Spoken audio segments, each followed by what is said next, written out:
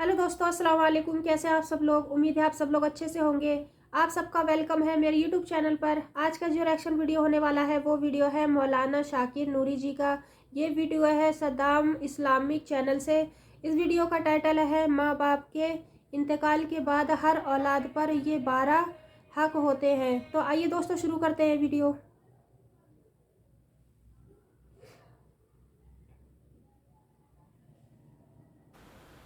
ये न तसव्वुर किया जाए कि वालिदैन का इस दुनिया से कुछ कर जाना गोया हमारे लिए ये है कि अब हम खिदमत से बरी हो गए। नहीं, कुदरत ने माँ बाप के इंतकाल के बाद भी बच्चों के लिए माँ बाप पर, बच्चों पर माँ बाप के कुछ हुकूक अल्लाह अज़्ज़ व जल्ल ने रखे हैं। पहला हक क्या है? तो फरमाया गया कि माँ बाप का पहला हक ये है कि अगर उनका इंतकाल हो जाए, यानी ये इंतकाल के बाद का है, चूंकि जिंदगी के हुकूक तो बहुत सारे हैं, लेकिन माँ बाप इंतकाल कर जाएं तो इंतकाल करने के बाद पहला हक क्या है? तो फरमाया गया उनके दफन का एहतमाम, उनके कफन का एहतमाम, उनके गुस्ल का एहतमाम, उसमें जल्दी करना और उनके इन सारे प्रोसीजर को, यानी कफन के मामले को, नमाज जनाजा के मामले को, दफन के मामले को, इसको एक बच्चे की जिम्मेदारी है कि बहुस्नो खूबी उसे अंजाम दे। ये पहला हक। और मेरे प्यारे आका सल्लल्लाहु तआला अलैहि वसल्लम के प्यारे दीवानों, ये तसव्वुर न किया जाए कि रूह माँ बाप के कब्ज़ अंसरी से परवाज कर जाती है, फिर उसके बाद ये पता नहीं चलता कि कौन क्या कर रहा है। नहीं, माँ बाप को अच्छी तरीके से इंतकाल के बाद भी पता चलता है कि उनका कौन सा बच्चा उनकी कब्र पर आ रहा है और कौन सा बच्चा नहीं आ रहा, कौन फातिहा पढ़ रहा है, कौन नहीं पढ़ रहा, कौन ईसाले सवाब कर रहा है, कौन ईसाले सवाब नहीं कर रहा, सारी चीजों का इल्म। तो पहला हक माँ बाप के इंतकाल के बाद का ये है कि आप उन्हें गुस्ल दें, उनके जनाजे की तैयारी करें, उनके कफन दफन का एहतमाम करें। ये पहला उनका हक बन जाता है। अब उसके बाद दूसरा हक, आला हजरत अजीमुल बरकत इमाम इश्क व मोहब्बत ने दूसरा हक ये बताया कि उनके लिए दुआ और इस्तिग़फ़ार की, उनके लिए बख्शिश चाहो अल्लाह की बार। और अगर कुरान मुक़द्दस की दुआओं को देखा जाए तो अंबियाए किराम अलैहिमुस्सलातु व तस्लीम की दुआओं के अंदर भी ये चीज मिलती है कि उन्होंने खुद अपने लिए नहीं बल्कि अपने वालिदैन के लिए और सारे मोमिनीन के लिए मग़फ़िरत की दुआ की। और यहाँ एक नुक्ता आप ज़हन के अंदर रखो, आप समझते हैं उनके नाम से खाना खिला देना, उनके नाम पे कपड़े दे देना, उनके नाम पे ये कर देना, ये सब बाइस बरकत है, उसका सवाब उनको पहुंचता है। लेकिन सबसे ज्यादा जरूरत माँ बाप को अपने इंतकाल के बाद औलाद की तरफ से जो होती है, वो सबसे बड़ी जरूरत ये होती है कि उनकी मग़फ़िरत की दुआ। बच्चों को चाहिए कि कोई नमाज उसकी ऐसी न गुजरे जिस नमाज के बाद वो अपने माँ बाप के लिए मग़फ़िरत की दुआ न करे। तो माँ बाप के लिए दुआ करें, इस्तिग़फ़ार करें। तीसरा हक, इंतकाल किए हुए माँ बाप का औलाद पर क्या है? तो फरमाया गया सदका व खैरात और अमाले सालिहा का सवाब। उनकी तरफ से गरीबों को दिया करो, उनकी तरफ से कपड़े पहना दिया करो, उनकी तरफ से खाना खिला दिया करो, उनकी तरफ से नेक अमल कर लिया करो, उनकी तरफ से दुरूद शरीफ पढ़कर अल्लाह के रसूल की बारगाह में नजर कर दिया करो। तो सदका व खैरात और अमाले सालिहा यानी नेक काम ये करते रहो और इसका सवाब माँ बाप को। ये तीसरा हक हुआ। अब चौथा हक समाअत फरमाएं, उन पर कोई कर्ज किसी का हो तो उसके अदा करने में हद दर्जा जल्दी करना और अपने माल से उनका कर्ज अदा होने को दोनों जहां की सआदत समझना। किसी के माँ बाप का इंतकाल हो गया और माँ बाप पर कर्ज था, अल्लाह ने औलाद को अता फरमाया تو اولاد ان قرض کے تقاضے کرنے والوں کو تلاش کرے کہ ان کا قرض میرے ماں باپ پر تھا، اور تلاش کر کے اپنے ماں باپ کا قرض اتارے، اور یہ نہ سوچے کہ یار یہ جاتے جاتے بھی معاذ اللہ کو یہ سوچے کہ یہ ٹینشن دے کر کے گئے، نہیں، بلکہ فرمایا گیا یہ اپنی خوش نصیبی سمجھے کہ اللہ نے مجھے اپنے ماں باپ کی طرف سے یہ قرض ادا کرنے کی توفیق عطا فرمائی۔ تو ماں باپ پر اگر کوئی قرض ہے تو اس قرض کو ادا کرنے میں حد درجہ جلدی کرنا یہ ان کا چوتھا حق ہے۔ اب جو بات عرض کرنے جا رہا ہوں نا، اسے بہت غور سے سنیے گا، بہت غور سے۔ ان پر کوئی فرض رہ گیا ہو، بقدر ضرورت اس کے ادا کرنے میں سعی کرنا۔ جیسے مثال کے طور پر حج ان پر فرض ہو گیا تھا، زندہ تھے تو فرض ہو گیا تھا، لیکن وہ حج ادا نہیں کیے۔ اب جب حج فرض ہو گیا اور ادا پھر بھی نہیں کیا انہوں نے، تو آپ کوشش کرو کسی کو ان کی طرف سے حج کروا دو، حج بدل کروا دو، اور اس کا ثواب اپنے ماں باپ کو عطا کر دو، تاکہ ان پر سے یہ فرض کی ادائیگی کا جو معاملہ تھا اللہ تعالیٰ اس سے ان کو بری و ذمہ کر دے۔ اسی طریقے سے روزے کا معاملہ، کہ اگر والدین پر کچھ روزے ایسے رہ گئے کہ روزے انہوں نے چھوڑ دیے تو اس روزے کا فدیہ ادا کرو۔ نماز کا معاملہ ہو کہ نماز ان کی قضا ہو چکی ہوں تو نماز کا بھی فدیہ ادا کرو۔ اب نماز کا فدیہ انتقال کے بعد ادا کیا جائے گا، لیکن روزے کا فدیہ آپ ان کی زندگی میں بھی دے سکتے ہو کہ وہ بوڑھے ہو چکے ہیں، مریض ہیں اور روزہ رکھنے کی طاقت نہیں رکھتے، تو ایک روزے کا فدیہ ایک صدقہ فطر ہے۔ 2 کلو 50 گرام گیہوں کی قیمت کے برابر آپ جو ہے وہ صدقہ فطر کے برابر صدقہ عطا کر دیں ایک روزے کے عوض کے اندر۔ یہ اس کے لیے ہے جو بیمار ہیں، شیخ فانی ہو چکے ہیں، یعنی اتنے بوڑھے ہو چکے ہیں کہ اب روزہ نہیں رکھ سکتے، تو ایک روزے کا فدیہ یہ۔ اور اسی طریقے سے ایک وقت کی نماز اگر انہوں نے قضا کی ہے تو ایک نماز کا کفارہ بھی ایک صدقہ فطر ہے۔ ایک نماز کا، یعنی فجر کی نماز ان کی قضا ہوئی تو فجر کی نماز کا کفارہ صدقہ فطر کے برابر ادا کرنا۔ ظہر کی قضا ہوئی ہے تو صدقہ فطر، اور 5 وقت کی نماز مت پکڑنا، 6 وقت کی نماز، اس لیے کہ وطر کا بھی فدیہ ادا کرنا پڑے گا۔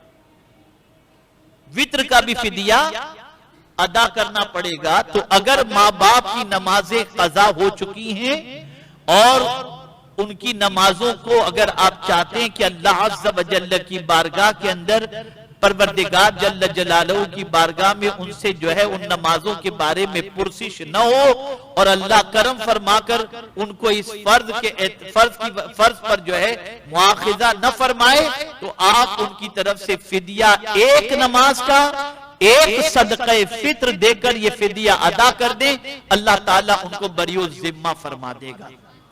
ٹھیک ہے نا؟ لیکن یہ فدیہ ان کے انتقال کے بعد ہی، نماز کا معاملہ جو ہے یہ انتقال کے بعد کئی، روزے کے معاملے کا، روزے کا فدیہ آپ زندگی میں بھی دے سکتے ہیں، اس لیے کہ نماز کے اندر گنجائش ہے کہ آپ کھڑے رہ کر نہیں پڑھ سکتے تو بیٹھ کر پڑھو، بیٹھ کر نہیں پڑھ سکتے تو لیٹ کر پڑھو، لیٹ کر نہیں پڑھ سکتے تو اشارے سے پڑھو، تو یہ اس میں گنجائش رکھی گئی ہے۔ لیکن روزے کے اندر یہ گنجائش نہیں ہے، آدمی اتنا بیمار ہو ہی چکا ہے، بوڑھا کہ اس کو کھانے پینے کے مسئلے، تو ان کی زندگی میں بھی آپ فدیہ دے کر اس فرض سے ان کو بری و ذمہ کر سکتے ہیں۔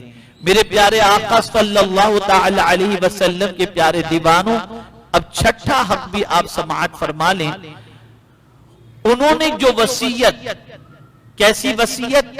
جائزہ شرعیہ، یعنی شرعی اعتبار سے جائز ہو، ایسی وصیت اگر انہوں نے کی ہے تو اس وصیت کو پورا کرنے کے اندر کوئی کوتاہی نہ کرو، اسے جلدی سے جلدی اس وصیت کو پورا کرنے کی کوشش کرو۔ اگر انہوں نے کوئی وصیت کی، میرے پیارے آقا صلی اللہ تعالی علیہ وسلم کے پیارے دیوانوں، 7واں حق، ان کی قسم ان کے انتقال کے بعد بھی سچی رکھنا۔ اب اس کو تھوڑا سمجھا دوں آپ کو۔ किसी से मिलना उनको पसंद नहीं था। फला आदमी बेटा तुमको नहीं मालूम वो तुम्हारा दुश्मन है, इससे मत मिलना। और उनसे मिलना तुम्हारे माँ बाप को नापसंद था, तो ये नहीं कि वो जब तक जिंदा थे तब तक नहीं मिलते थे और वो इंतकाल कर गए तो अब उनसे मिलना आपने शुरू कर दिया, अब तो माँ बाप का इंतकाल हो गया। नहीं, उन्होंने जिस चीज के बारे में तुम्हें कह दिया था जिंदगी के अंदर जो तुमको नापसंद था, आप उस काम से परहेज करो और ऐसे लोगों से मिलने से गुरेज करो। मैं भी आज तक अल्हम्दुलिल्लाह ऐसे 2 लोग हैं जिनके बारे में मेरी माँ ने वसीयत किया था, मेरी वालिदा ने, मैं आज तक उनसे परहेज करता हूं।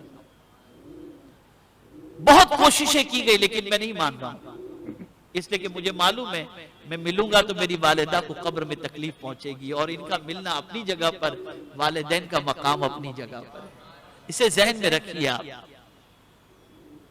तो मेरे प्यारे आका सल्लल्लाहु ताला अलैहि वसल्लम के प्यारे दीवानों, इस चीज को खास तौर पर जहन में रखें। 8वां हक, हर जुम्मा को उनकी जियारत कब्र के लिए जाना। अगर शहर में है उनकी कब्र तो कोशिश करें कि हर जुम्मा को उनकी कब्र की जियारत के लिए जाएं और वहां जाकर क्या करें, यासीन शरीफ इतनी आवाज से पढ़ें कि कब्र तक, कब्र के अंदर उन तक आवाज पहुंचे, इस तरीके से पढ़ें।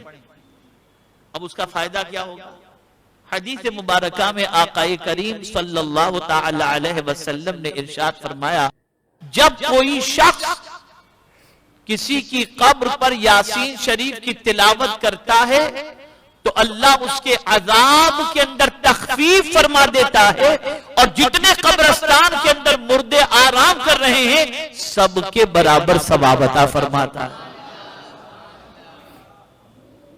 तो ये भी वालिदैन के हक में है कि आपके शहर के अंदर अगर उनकी कब्र है तो कोशिश करें कि हर जुम्मा को उनकी कब्र पर जाकर फातिहा पढ़ें और यासीन शरीफ की तिलावत करके उनकी रूह को इसाले सवाब करें और उनके सदके में सारे कब्रिस्तान वालों की रूह को भी मोमिनीन की इसाले सवाब करें। एक बहुत बड़ी गलती होती है मुसलमानों की तरफ से कि जैसे कब्रिस्तान के करीब से गुजरे, अंदर कब्र है, अब जाने का वक्त नहीं है तो वहीं खड़े रहकर कब्रिस्तान के बाहर वालिदैन की कब्र कब्रिस्तान के अंदर है तो सलाम कर ले, वहीं से सूरह फातिहा सूरह इखलास पढ़ करके उनको इसाले सवाब करने थोड़ी देर लगती है, 2-3 मिनट, और उनको इसाले सवाब करके निकल जाए। अगर कोई शख्स उस रास्ते से गुजरता है और उनके उनको इसाले सवाब नहीं करता, सलाम नहीं करता, तो उनको रंज होता है कि मेरे करीब से गुजरा और मुझे सलाम कर।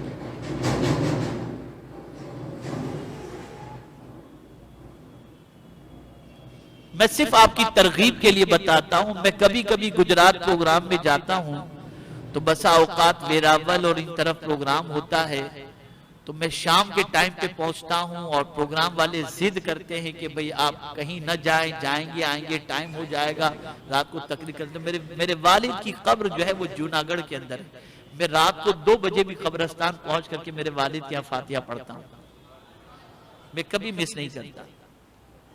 और उस तरफ कहीं भी सफर में जाता हूं तो मेरी कोशिश रहती है चाहे रात के कितने बजे क्यों पहुंचूं, लेकिन मैं जरूर वहां पर हाजिरी देता हूं।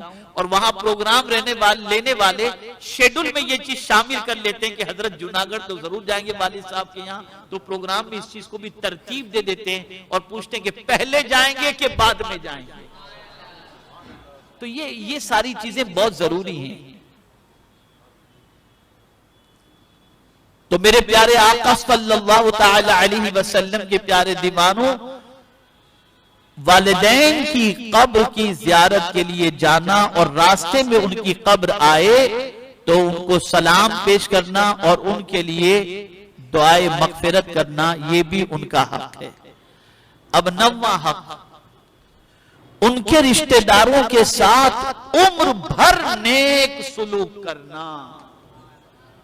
यानी माँ बाप के रिश्तेदार, बाप के रिश्तेदार, माँ के रिश्तेदार, दोनों के रिश्तेदारों के साथ जिंदगी भर हुस्ने सुलूक करना, یہ اپنی زندگی میں آپ کو شامل کرنا پڑے گا.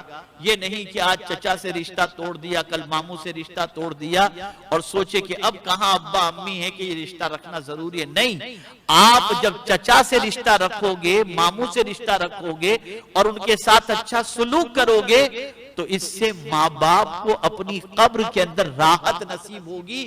پتا چلا مرنے کے بعد بھی کوئی ایسا کام نہیں کرنا جس سے والدین کو قبر کے اندر تکلیف پہنچے، بلکہ ان کے انتقال کے بعد بھی ایسا کام کرنا ہے جس سے ان کو قبر کے اندر راحت نصیب ہو جائے. 10واں حق، ان کے دوستوں کے ساتھ دوستی نبھانا اور ان کا احترام کرنا. اکرام کا لفظ آیا ہے حدیث شریف کے اندر، اکرام کا لفظ، کہ ان کے دوستوں کے ساتھ عزت سے پیش آنا، ان کا احترام کرنا. لیکن اگر کوئی شخص اپنے ماں باپ کے دوستوں کے ساتھ اچھا سلوک کرتا ہے، مثال کے طور پر والد کا کوئی دوست پریشانی میں گرفتار ہے، آپ نے ان کی مدد کر دی، وہ آپ کے یہاں آئے، آپ ان کے احترام میں کھڑے ہو گئے، آئیے آپ بیٹھیں، تشریف رکھیں، آپ تو میرے والد کے جگری دوست تھے، تو ان کے ساتھ اچھا سلوک کرنا، اس سے ماں باپ کو قبر کے اندر راحت نصیب ہوتی ہے. میرے پیارے آقا صلی اللہ تعالی علیہ وسلم کے پیارے دیوانوں، یہ 10واں حق ہے. اب 11واں حق بھی آپ سنیں، اس لیے کہ یہ مسلم محلے والوں کے لیے بہت زیادہ ضروری ہے، جہاں مسلمان بہت بڑی غلطی کرتے ہیں. 11واں حق یہ ہے، کبھی کسی کے ماں باپ کو برا کہہ کر جواب میں اپنے ماں باپ کو برا نہ کہلوانا. حضور صلی اللہ علیہ وسلم فرماتے ہیں کہ ایک زمانہ آئے گا لوگ اپنے ماں باپ کو گالی دیں گے. تو صحابہ کرام علیہ الرضوان نے عرض کیا، یا رسول اللہ صلی اللہ تعالی علیہ وسلم، بھلا کوئی اپنے ماں باپ کو گالی دے گا؟ سرکار صلی اللہ علیہ وسلم نے فرمایا، ہاں، اگر کوئی شخص کسی کے ماں باپ کو گالی دے گا تو جواب میں وہ شخص بھی اس کے ماں باپ کو گالی دے گا. اگر وہ گالی نہ دیتا تو جواب میں اس کے ماں باپ کو گالی نہ پڑتی. تو یہاں سے یہ بات سمجھ میں آئی، کسی کے ماں باپ کو آپ گالی نہ دو، کسی کے ماں باپ کو برا بھلا نہ کہو، ورنہ وہ جواب میں تمہارے ماں باپ کو بھی گالی دے گا اور تمہارے ماں باپ کو برا بھلا کہے گا، جس کی وجہ سے تمہارے ماں باپ کو قبر کے اندر تکلیف پہنچے گی. اور اب جو بات عرض کر رہا ہوں یہ آخری حق ہے، 12واں حق، اور اسے بہت اچھی طریقے سے دل و دماغ کے اندر محفوظ کرنے. 12واں حق یہ ہے کہ ان کے انتقال کے بعد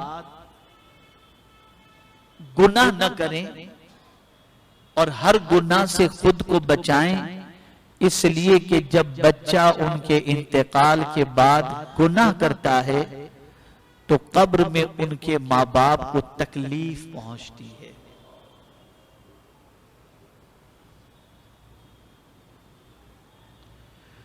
بہت سارے ظالم بچے ماں باپ کے انتقال کا انتظار کرتے ہیں کہ معاذ اللہ ہماری آزادی میں ہمارے ماں باپ سب سے بڑے رکاوٹ ہیں، اور جب انتقال ہو جاتا ہے تو پھر ہر گناہ کے دروازے پہ دستک دیتے ہیں اور یہ سمجھتے بھی نہیں کہ اس کا انجام کیا ہوگا.